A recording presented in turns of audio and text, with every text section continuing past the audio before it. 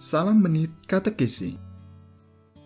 Saudara-saudari yang terkasih, hari ini kita akan mendengarkan cerita tentang Santa Barbara, seorang perawan dan martir. Barbara dihormati sebagai pelindung orang-orang yang tertimpa bahaya angin topan dan pelindung para arsitek. Legenda tentang riwayat hidupnya baru mulai beredar pada abad ke-7 dan sangat populer sekitar abad ke-9.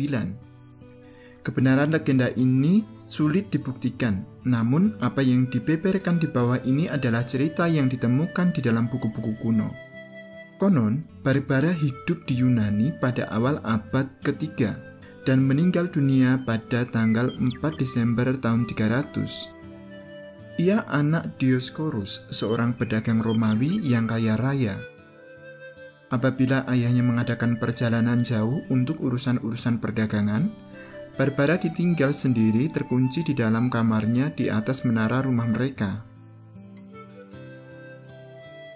Awalnya, jendela rumah mereka dibuat 2 buah, supaya Barbara dapat memandang keindahan laut, dan bila ayahnya kembali, ia bisa mengetahuinya.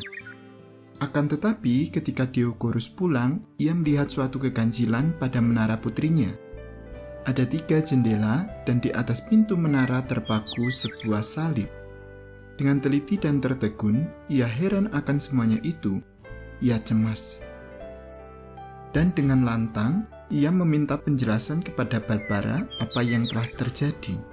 Barbara menceritakan sebuah kejadian saat ayahnya pergi. Ia mengundang seorang imam, dan imam itu mengajari tentang Bapa yang Maha Baik yang mengutus putra tunggalnya ke dunia untuk menyelamatkan manusia. Tetapi putra yang bernama Yesus itu dibunuh di kayu salib. Barbara sungguh yakin dan mohon diselamatkan Yesus Kristus. Maka imam itu membaptisnya.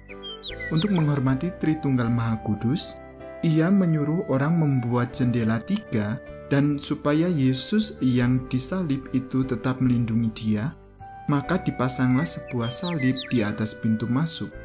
Ayahnya geram, lalu ia membawanya ke pengadilan supaya ia menyangkal imannya yang tidak masuk akal itu. Ketika itu Barbara baru berusia 14 tahun, sehingga hakim tidak berani berbuat apa-apa. Ayahnya semakin marah dan menyeret Barbara untuk diserahkan kepada para algojo agar disiksa dan bisa menyangkal imannya. Namun sia-sia saja usahanya. Barbara tetap setia pada imannya. Akhirnya, sang ayah menghunus pedangnya dan menebas leher Barbara buah hatinya sendiri. Pada saat itu pun Dioscorus disambar petir dan mati seketika. Konon, Hendrik Koch, pria berkebangsaan Belanda yang hidup pada abad ke-15, menaruh devosi besar kepada Barbara.